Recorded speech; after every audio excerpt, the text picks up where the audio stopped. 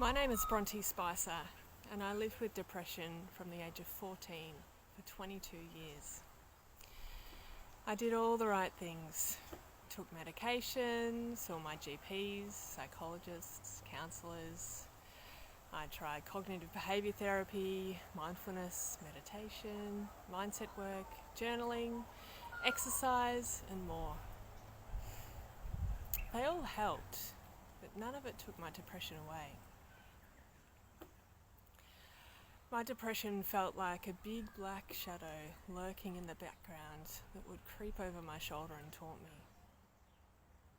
On bad days, it would linger and threaten to stay. My worst nightmare was that it would wrap its black fingers around me, pull me into its eternal darkness, and have me disappear forever. When I was 35, I was introduced to a set of advanced mindfulness or self-inquiry tools called the Killer Bee Inquiries. When I began working with the KI facilitator, it was the first time I was shown how to feel safe with the pain from my past and let go of both the self-loathing stories in my mind and the crippling bad memories, like being picked on at netball training and my parents separating. But I still resisted using these tools outside of my KI sessions because I was too scared of my pain. 2 months later, I was in the middle of my kitchen when my depression collapsed. The kids were bouncing around me as I was preparing lunches, and I could feel the depression getting louder and closer. It wanted to rise up and take over me.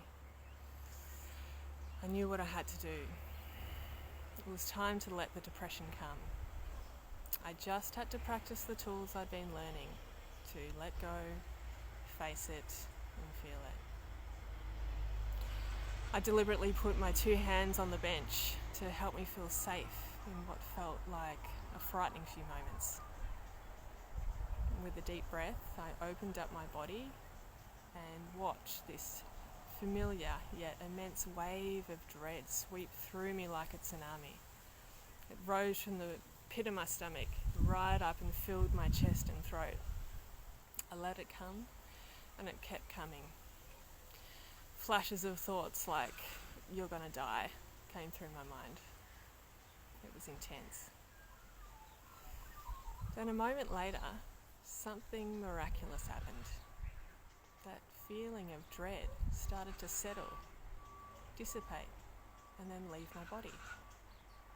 It came, and then it went. I couldn't believe it.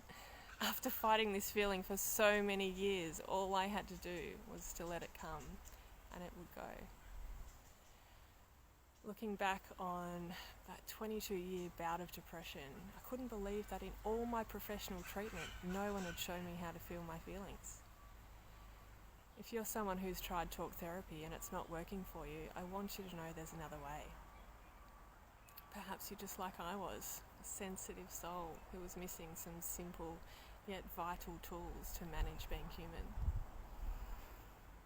All the latest research on trauma, the brain and the body point to why talking through our problems and about our feelings isn't always enough, and why a body-based approach is quickly becoming the answer for many. My book, It's Okay to Cry, is a memoir of my real, relatable and raw story, and guidebook with the full set of tools to heal from depression and anxiety. It's a love letter for those who have an inkling they need more than talking to someone. It gives my readers a handrail out of mental illness to make life better and easier.